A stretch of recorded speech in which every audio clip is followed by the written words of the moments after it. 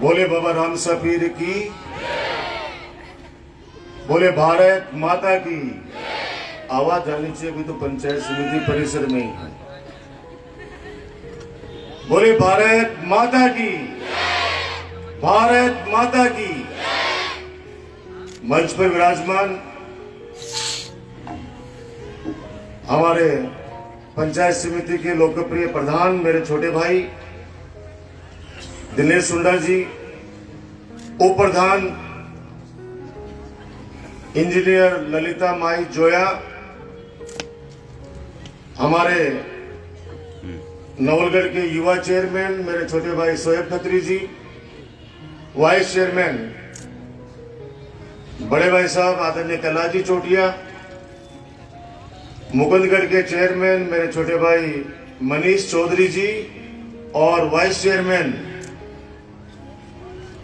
शहजाद चौकदार, हमारे नवलगढ़ की एसडीएम आदरणीय सुमन सोलन जी, तहसीलदार आदरणीय ज्वाला साहब मीणा जी, हमारे वीडियो अनिल सोनी जी,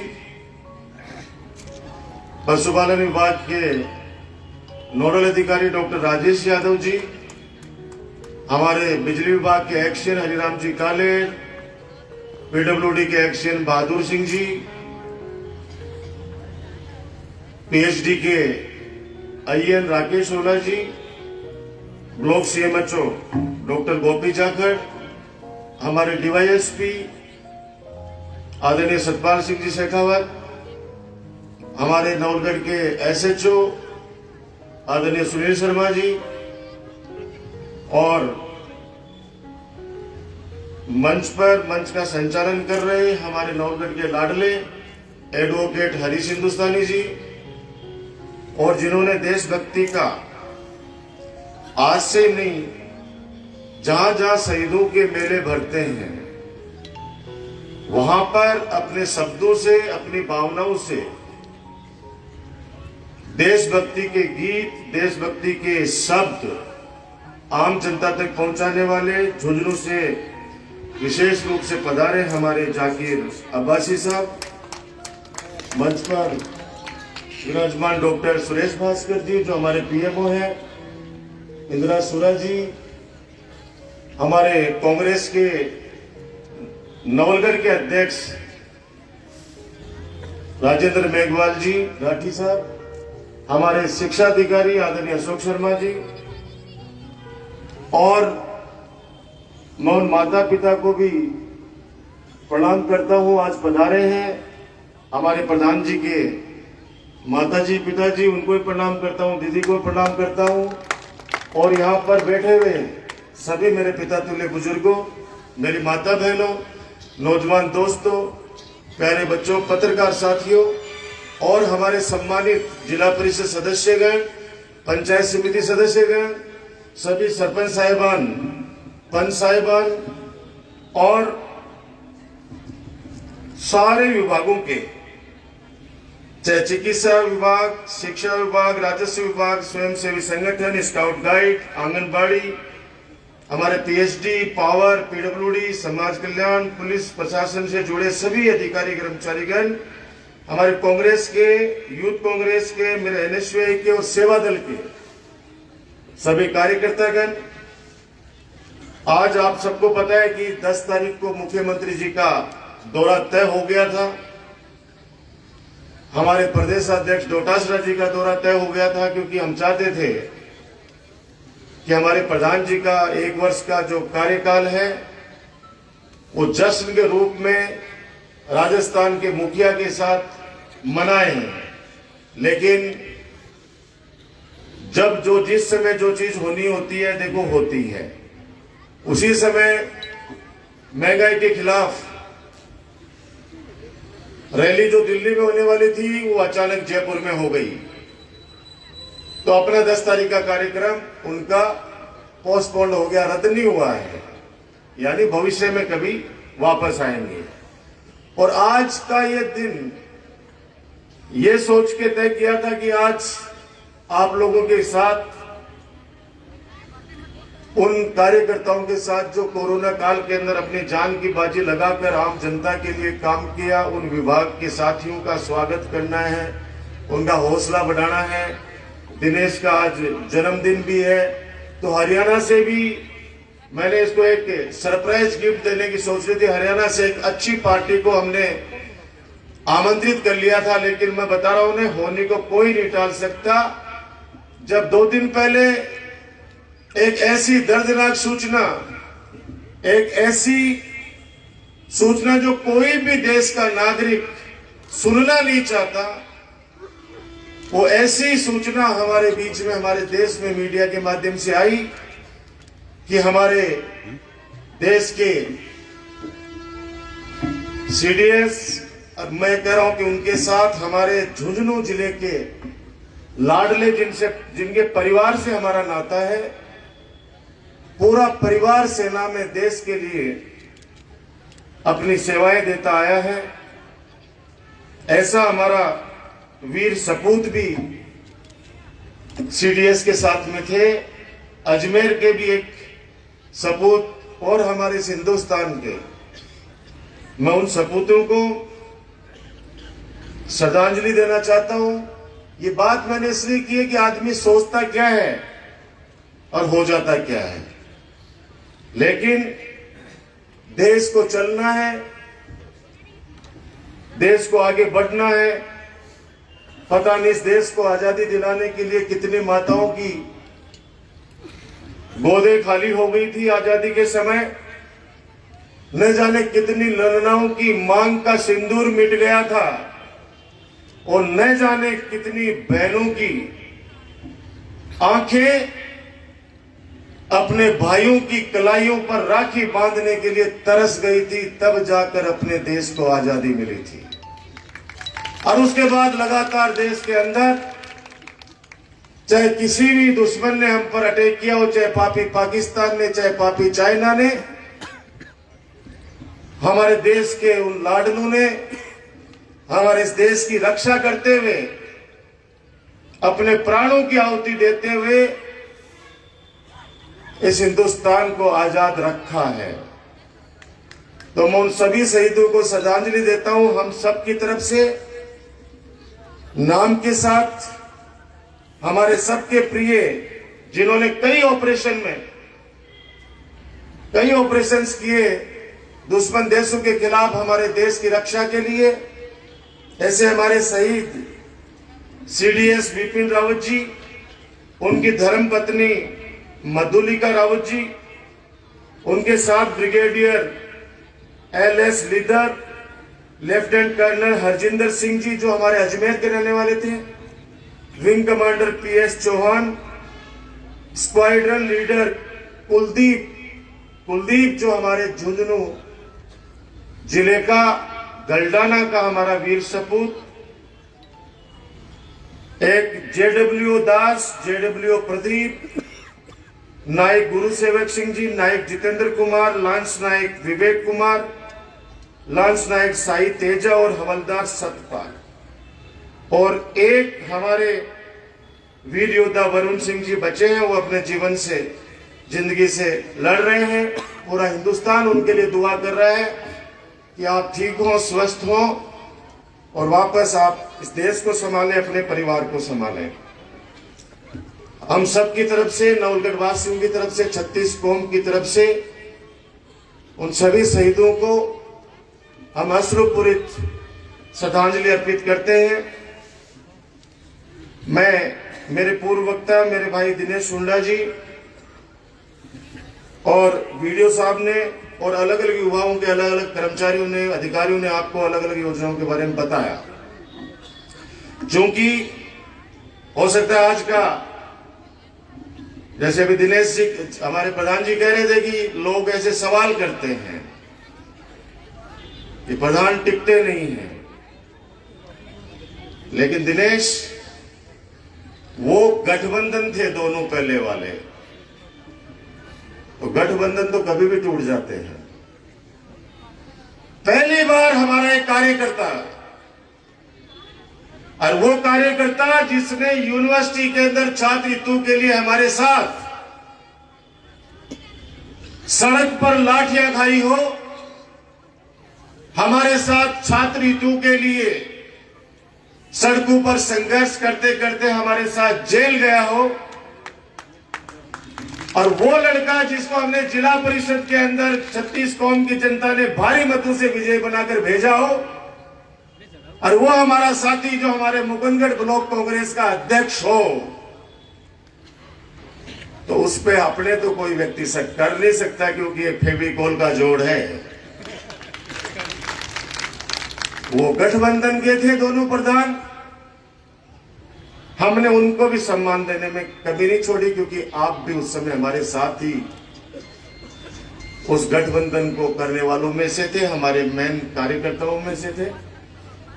और मैं कह रहा हूं, जितनी सब वो लोग चेहरे बैठे हैं यहाँ पे, वो सारे चेहरे बैठे हैं जो हमारे नवलगढ़ की दिशा और दशा तय करते हैं।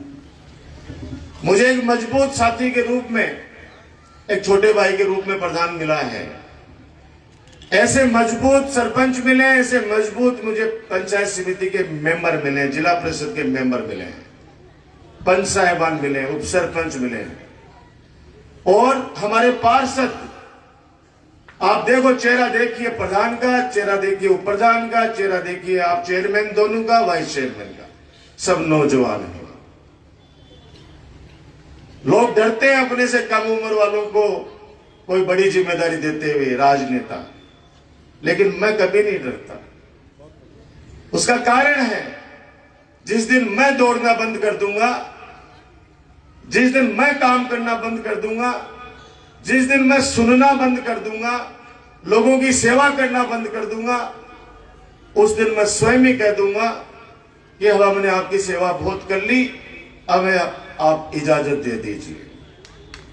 और जब तक हम दौड़ेंगे, काम करेंगे, सेवा करेंगे, तो हमें विश्वास है हमसे तेज कोई नहीं दौड़ पाएगा। और ये ऐसे नौजवान जो मेरे साथ कंधे से कंधा मिलाकर काम करते हैं। अभी आपने देखा मंच पे एक छोटा सा बच्चा आकर मेरे पास बैठ के उसने क्या कहा वो नहीं बताऊंगा आप लोगों को। उसके बाद लगातार आते गए, एक गाना चलता है ना कि सीधा आओ काम कराओ, सीधा आओ काम कराओ, याद करो। अरे क्या अभी देख लो आसपास में सब जगह पे विधायक से मिलने के लिए पता नहीं कितनी सीढ़ियां पार करनी पड़ती है, तब जाके लोग मिलते हैं। अरे तो गाड़ी में मन गांव में चलोगे ना, रास्ता का मैं 10 जगह रोक ली, हाथ में नीचे आके बात कर पे लेटे। ये अधिकार है, हम सौभाग्यशाली हैं कि आप लोगों का आशीर्वाद हमें मिला। ये युवा साथी दिनेश, मैं आप लोगों के लिए, मेरे युवा साथियों के लिए जितनी बात बोलूं कम है। कोई कुछ नहीं बोलता है, सब लोग खुश हैं। और राम भरत लक्ष्मण की उपाधियां ऐसे नहीं मिलती हैं, लोगों के दिल से निकलती है चीज। लोगों को विश्वास है। आपको पता है, जब शुरुआत में 2008 के अंदर, अभी हम लोग जब बातें करते थे सीवरेज की, कॉलेज की, गैस एजेंसी वालों की, बाबा साहब भीमराव अम्बेडकर छात्रावास की, गांव-गांव के अंदर ये करेंगे वो करेंगे, तो लोग हंसते थे हम पर।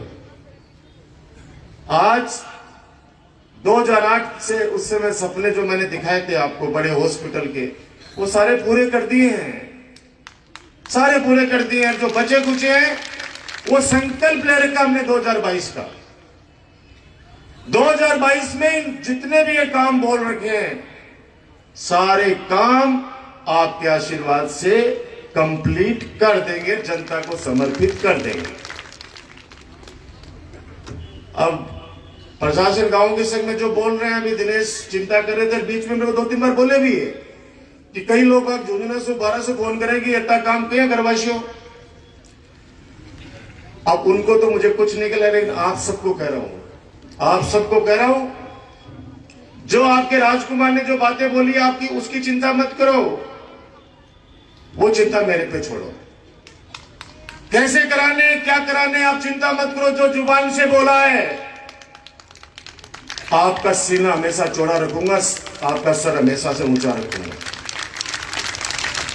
चिंता मत करना, जो बोला है एक एक चीज मेरे पास ग्राम पंचायत वाज नोट कर रखी है मैंने। आज भी एक जैसे अखबार में खबर आई कि वो उप स्वास्थ्य केंद्र बनेगा इतने का। अरे भाई स्वीकृत हो गया, शिलान्यास हमने नहीं किया, हमने कह दिया कि काम कराओ, सीधा उद्घाटन करेंगे। आपको एक जिम्मेदारी दे रहा हूं, आपको चिंता करनी है। आप सबको चिंता करिए कि किस बात की, कि जो भी सड़क का काम, हॉस्पिटल का काम या कोई भी स्कूल का काम, कोई भी काम आपके क्षेत्र में हो, वो गुणवत्ता वाला होना चाहिए। ये आपकी जिम्मेदारी आप पर छोड़ता हूं। क्योंकि जब अखबार में चलता है कि साहब ये 10 से 5 साल पहले बना था, अब छत टपक रही है, मुझे तकलीफ होती है। क्योंकि मैं वहां नहीं बैठ सकता। कोई एक आदमी अगर एक काम 5 साल में कराए तब तो हो सके कि लठ लेके बड़े बैठ जाऊं मैं। लेकिन एक एक गांव में कितने काम चल रहे हैं, वो जिम्मेदारी मैं आप पर छोड़ता हूं। उसकी चिंता आपको करनी है। किसी भी ठेकेदार से अपना कोई मीठा नहीं है, ये आपके मन में आप संकल्प ले लेना। और मैं इतना ही कह सकता हूं, आपका पैसे की कोई कमी नहीं आने दी है। लेकिन सड़क बने, अच्छी बने, हॉस्पिटल बने। जब ये 8 करोड़ रुपए का अपना हॉस्पिटल बना, एक दिन मुझे छत पे ले गए। छत की यह हालत थी कि देख कर, आप सच बता रहा हूं कि कम से कम 3-4 अधिकारी सस्पेंड होने चाहिए थे उस समय। हैंड ओवर टेक ओवर कब हुआ हमें तो पता ही नहीं है।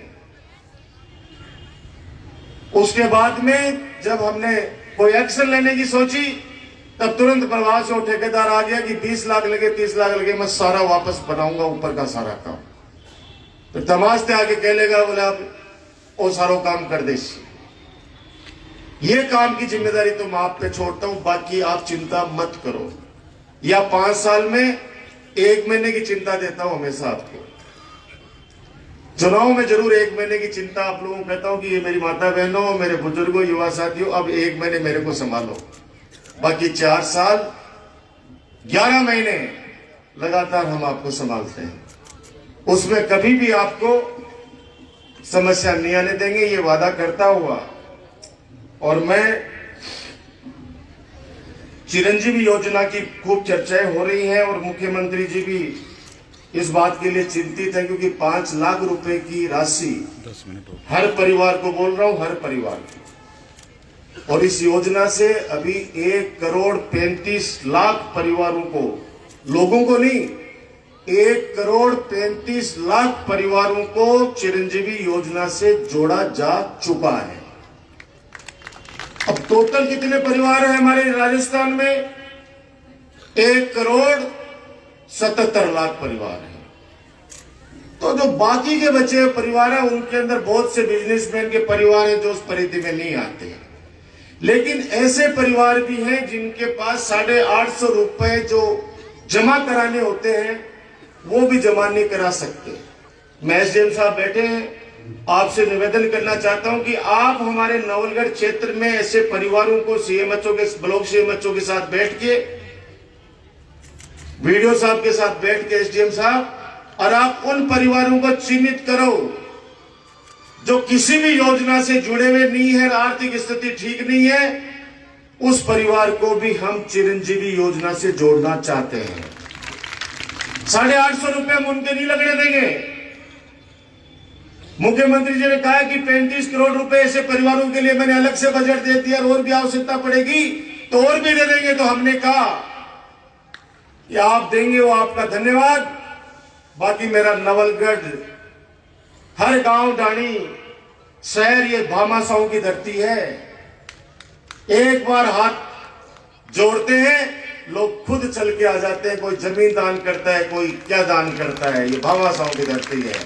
इसलिए 850 रुपए हम सक्षम हैं, हम लोग स्वयं जमा करा देंगे। जितने भी परिवार बचे हुए मेरे नवलगढ़ क्षेत्र के अंदर, उनको खुशी हुई। और जब मंत्री परिषद की मीटिंग थी, उस मीटिंग में उन्होंने बात कोट की कि आज जब शाम को हमारी मीटिंग थी तो राजकुमार ने यह बात कही है, तो आप सबको भी ये काम करना चाहिए। 850 रुपए अगर उस परिवार को लग के 5 लाख रुपए कभी हार्ट बीमारी में उसको मदद की आवश्यकता पड़ जाए तो किसी से पैसे उधार लेने की उस परिवार को आवश्यकता नहीं पड़ेगी, अपने परिवार के गहने बेचने की आवश्यकता नहीं पड़ेगी, न जमीन गिरवी रखने की आवश्यकता पड़ेगी। सरकार का जो 5 लाख रुपए का फायदा है वो उस व्यक्ति को मिल जाएगा। इसलिए मैं सभी सरपंच साहिबान से भी कहना चाह रहा हूं, सभी पार्षदगण से, मेरे कार्यकर्ताओं से भी, और विशेष तौर से जो आंगनबाड़ी से जुड़ी हुई हमारी स्वयं सेविकाएं हैं, आपसे भी करना चाहता हूं, ऐसे परिवारों को चिन्हित कीजिए। अगर पैसा किसी के पास नहीं है, आप तो लिस्ट बना के एसडीएम साहब के पास भिजवा दीजिए। हमारी जिम्मेदारी है चिरंजीवी योजना से बिना कोई 1 रुपया लगे उस परिवार को जोड़ेंगे। जब हम सैटेलाइट हॉस्पिटल की बात करते थे, लोग हंसते थे। हम उस समय कहते थे कि गैस सिलेंडर घर घर पहुंचाओगे। लोग हंसते थे कि इसको 22 साल तक ही कोई ठीक नहीं कर पाया, कैसे ठीक होगा। आज घर घर के अंदर सिलेंडर पहुंच रहा है। वो अलग बात है कि 1000 रुपए में पहुंच रहा है। अब उसका तो मैं क्या करूं। जब ये चिंता कांग्रेस पार्टी ने करी तो 12 तारीख को एक विशाल महंगाई के खिलाफ महारैली जयपुर के विद्याधर स्टेडियम में अपन लोग करने जा रहे हैं, जिसमें नवलगढ़ से भी हम सब लोग चलने वाले हैं वहां पे, ताकि नवलगढ़ का डंका जयपुर में नहीं, राजस्थान नहीं, पूरे देश में बजना चाहिए कि नवलगढ़ की गाड़ियां इतनी आई थी। जब दिल्ली के अंदर रैली होती है तब अपना सबसे ज्यादा प्रतिनिधित्व तो जिले में अपना होता है, तो ये तो जयपुर कोई काक के नीचे है। चलेंगे सारे परसों सुबह 8 बजे पंचायत समिति में इकट्ठे होंगे, यहां से चलेंगे। दिनेश यहां साथ में मिलेंगे, प्रधान जी, और मैं आपको जयपुर टोल टैक्स में मिलूंगा, क्योंकि मुझे वहां पे मंच की और ये व्यवस्थाओं का जिम्मा दिया है। क्योंकि जो लोग आएंगे देश भर से, उनको कैसे बिठाया जाए, कैसे रखा जाए। कॉलेज की बात करते थे, आज पीजी कॉलेज है। बच्चियों के लिए कहना चाहता हूं, मेरी बेटियां बैठी हैं, अगले बजट में मुख्यमंत्री जी के जुबान से आपको एक घोषणा निकलेगी कि मुकुंदगढ़ के अंदर गर्ल्स कॉलेज खोला जाता है। आज पीजी कॉलेज, मुकुंदगढ़ में गर्ल्स कॉलेज, मुकुंदगढ़ में आईटीआई कॉलेज गवर्नमेंट की पहले से चल रही है।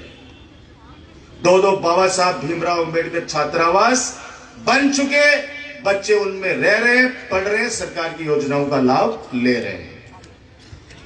अब जिसको नहीं मानना है वो तो नहीं मानेंगे, लेकिन ऐसे कोई, मुझे लगा कोई अब कोई बच्चों है। कारण सबको समझ में आ गई। उसका कारण है, माता पिता को वही बेटा अच्छा लगता है जो उनकी बात को मानता, आज्ञा का पालन करता है, सेवा करता है और 2 रुपए पैसे कमा के घर में लाता है। बुजुर्ग कहते हैं कि आदमी का कोई प्यारा नहीं होता, उसके काम का प्यारा होता है। हम लोग इस 13 साल हो गए आप लोगों ने जिम्मेदारी दी हुए, जो व्यक्ति आया उसको कभी मना नहीं किया, उसका काम भी किया, सम्मान भी किया, और आगे भी आपको भरोसा दिलाता हूं, कभी भी आपको ये सुनने को नहीं मिलेगा कि हमारे पास कोई आया और उसका काम नहीं हुआ।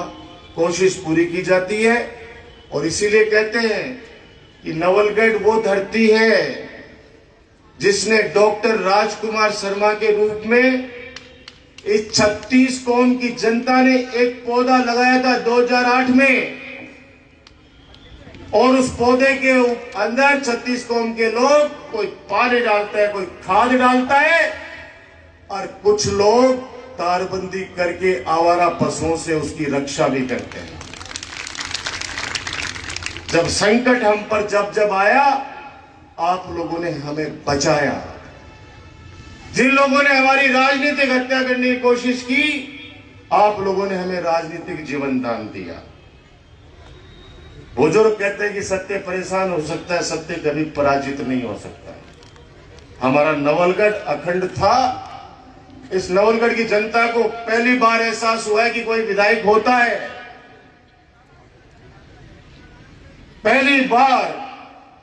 अरे गांवों में जब हम 41 ग्राम पंचायतों में गए, 5 में जाने शहरों में, इतने वार्डों में गए, इतना लाड प्यार सारा प्रशासन चकित है कि नवलगढ़ विधानसभा क्षेत्र के अंदर जो कैंप हो रहे हैं वो इस राजस्थान के राज्य में मिसाल कायम कर रहे हैं, मिसाल कायम कर रहे हैं। नवलगढ़ तो नगर पालिका पूरे जिले के अंदर 1 नंबर पर है पट्टे वितरण करने में, पट्टे बांटने में, और राजस्थान में 7वें नंबर पर है। और अभियान खत्म होते होते आज कह रहा हूं आपको, नवलगढ़ नगर पालिका राजस्थान में 1 नंबर पे आ जाएगी। पट्टा मिलना भी चाहिए, क्योंकि कोविड के बाद, नोटबंदी के बाद लोगों की आर्थिक स्थिति और खराब हो गई, और खराब हो गई। तो पट्टा रहेगा रजिस्टर्ड तो लोन लेने में आसानी हो जाएगी। कोई मकान बनाएगा, कोई बच्चों को पढ़ाने के लिए एजुकेशन लोन चाहिए, तो उसको चक्कर नहीं काटने पड़ेंगे, उसका काम हो जाएगा। इसलिए आप सब लोग आशीर्वाद बनाए रखो। दिनेश, मुझे तो, मैं कह रहा हूं कि पंचायत समिति का मुझे तो पहली बार अपनापन सा लगा है। पंचायत समिति में पहली बार अपनापन सा लगा है। आप लोग साक्षी है, मत को 1-2 मीटिंग में आया हूं, कभी पंचायत समिति आता ही नहीं था।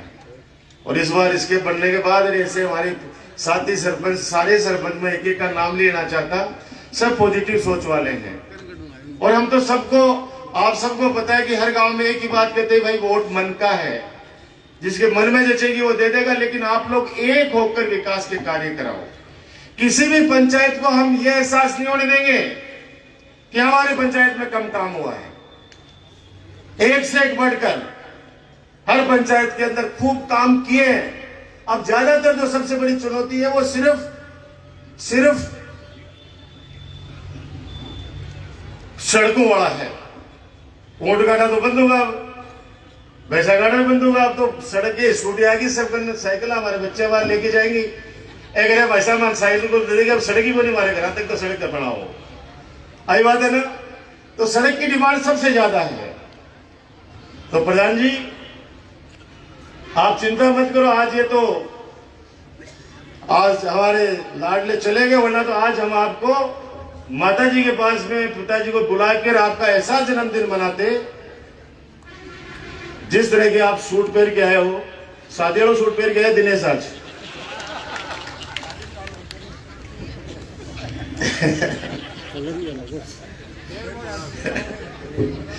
दिनेश कह रहे कि वैसा शादी में काला सूट नहीं पहनते, लेकिन पता नहीं है, इसको नजर नहीं लगे, इसलिए शादी में आजकल काला सूट पहनने लगे।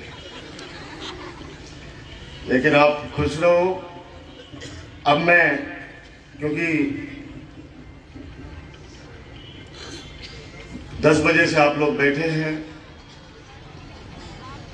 फिर एक बार पुनः आपको मैं धन्यवाद देना चाहता हूं कि आप आए हो। तो पता है, मान बढ़ा है हमारा, आपसे ही हमारा सम्मान है। हम एक दूसरे का सम्मान, एक दूसरे से अपन लोगों का। आज आप नहीं आते, बिना आजमाएंगे कोई है कि कुछ है। अरे याद करो, वो 3 महीना को कोरोना काल जब लोग दिखता ही को नहीं, टाबर कोई देखा है को नहीं, स्कूल में कटे खेलता न पढ़ता न कोई बात, बिना लोगों के कुछ ही को नहीं उसके। आप लोग हमारी ताकत हो, हम आपकी ताकत है। विकास के कार्य जो भी बोले निश्चित रूप से होंगे। अब मैं एक बार पुनः आपको परसों के लिए आमंत्रित करता हूं। और शहीदों के लिए मैं हमेशा, मेरे मन में एक विचार रखा है, दिनेश सब मेरे साथी जानते हैं, कि शहीदों के ऊपर एक फिल्म बनाने का। उस फिल्म के अंदर कौन से गाने रखने हैं, किस तरह की भावनाएं, क्योंकि हम लोग तो प्रैक्टिकल जमीन पर देखते हैं इन चीजों को। और 3री क्लास में जब पहली बार भाषण देना शुरू किया, पहली बार, तो जो मैंने 2 लाइनें पहले बोली थी शहीदों के लिए, वो 3री क्लास से हमने सीखी। और उसका फायदा ये हुआ कि देशभक्ति का जज्बा, देशभक्ति का जज्बा जब विधानसभा के अंदर एक किसी पार्टी विशेष के लोगों ने पूछा, तो हमने कहा हमें देशभक्ति का जज्बा आपसे नहीं सीखना, हमें सर्टिफिकेट आपसे नहीं लेना, क्योंकि इस देश के अंदर जो भी पैदा होता है वो थोड़ा सा भी समझदार होने के बाद सबसे पहले शुरुआत करता है भारत माता की जय। किन्हीं लोगों को जवाब दिया था मैंने। तो इन शहीदों को, उनके परिवार को एक बार पुनः श्रद्धांजलि देते हुए, और आमिर खान एक हमारा नाथ सिंघानी का कार्यकर्ता आया है, जाकिर भाई के जैसे ही वो भी बहुत अच्छे देशभक्ति के गाने सुनाता है। एक गाना उसका भी सुनेंगे देशभक्ति के लिए, लेकिन मेरे भी शब्दों से मैं उन शहीदों को श्रद्धांजलि देना चाहता हूं कि व्यक्ति शहीद होने के बाद जब उस परिवार का व्यक्ति चला जाता है तो उसके परिवार पर क्या बीतती है, माता पिता पे, गांव वालों पे, भाई पे, बहन पे, पत्नी पे। मेरी भावना इतनी सी है कि उस परिवार को हम लोग हमारे शब्दों के माध्यम से हम श्रद्धांजलि, और विशेष तौर से उस परिवार को मजबूती के लिए हम लोग हमारे शब्दों के माध्यम से उनको आत्मबल दें, ताकि वो इस खतरनाक घड़ी से वो निकले बाहर। क्योंकि जिनका परिवार का बच्चा जाता है तो उसी को पता चलता है क्या होता है। तो मेरे शब्दों के माध्यम से कहना चाहता हूं कि घर जाकर मत कहना रे साथी, शहीद हो जाता है सीमा पर, और वो कहता है कि सीधा जाके मत बोल देना मेरे माता पिता को, वरना पता नहीं वो क्या कर बैठेंगे। तो वो 4-5 साथी होते हैं गांव के, तो वो डेड बॉडी जब लेके जाएंगे तो क्या क्या करना है, उसके गोली लगने के बाद वो अंतिम जब सांसें ले रहा है तब वो कहता है अपने साथियों कि घर जाकर मत कहना रे साथी, संकेतों से बतला देना, फिर भी अगर ना समझे वो साथी, फिर भी अगर ना समझे वो साथी, दो दो आंसू बहा देना, घर जाकर मत कहना रे साथी, संकेतों से बदला देना। वो कहने सबसे पहले मेरी माँ मिलेगी, क्योंकि अपन लोग साथ साथ ही छुट्टियां जाते हैं फौज से, तो मेरी माँ पूछे तो क्या कहना है। मात अगर पूछे तो रे साथी, जलता दीप बुझा देना, फिर भी अगर ना समझे वो साथी, फिर भी अगर ना समझे वो साथी, सोनी गोद दिखा देना, घर जाकर मत कहना रे साथी, संकेतों से बतला देना। उसके बाद मेरी बहन बहुत प्यार करती है मुझसे, वो जाते ही तुझसे पूछेगी मेरे भैया तुम्हारे साथ क्यों नहीं आए। तो बहन अगर पूछे तो रे साथी, बहन अगर पूछे तो रे साथी, मुरझा फूल दिखा देना, फिर भी अगर ना समझे वो साथी, राखी तोड़ दिखा देना, घर जाकर मत कहना रे साथी, संकेतों से बतला देना। फिर मेरी पत्नी पूछेगी, तो पत्नी अगर पूछे तो रे साथी, पत्नी अगर पूछे तो रे साथी, सोनी मांग दिखा देना, फिर भी अगर ना समझे वो साथी, फिर भी अगर ना समझे वो साथी, चूड़ी तोड़ दिखा देना, घर जाकर मत कहना रे साथी, संकेतों से बतला देना। और फिर मेरे गांव वाले पूछेंगे, क्योंकि गांव वाले, आज कुलदीप शहीद हुआ है गलडाना का, लेकिन पूरे जिले के अंदर इस तरह का मातम का माहौल है जैसे हमारे परिवार का कोई बेटा इस देश पे न्यौछावर हो गया, खुद का बेटा।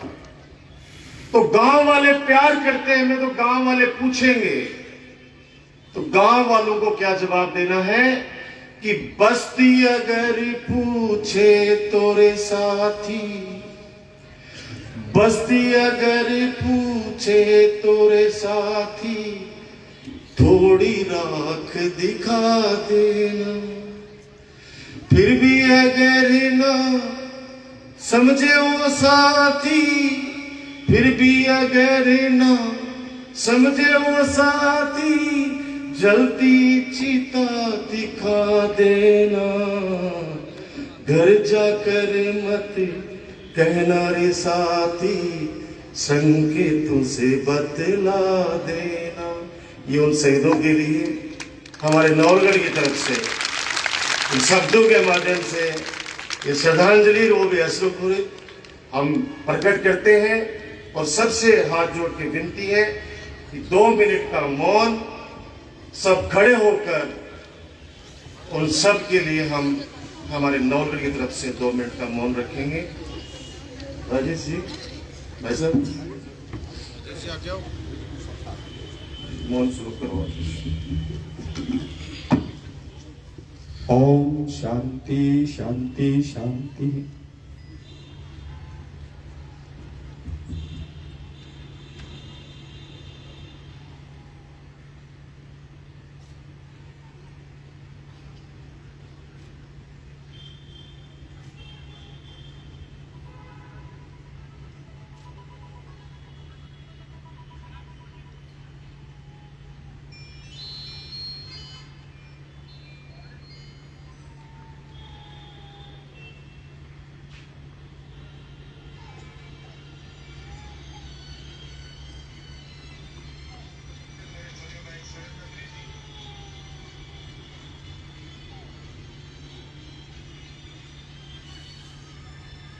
ओम शांति। भारत माता की धन्यवाद। जय हिंद, जय भारत।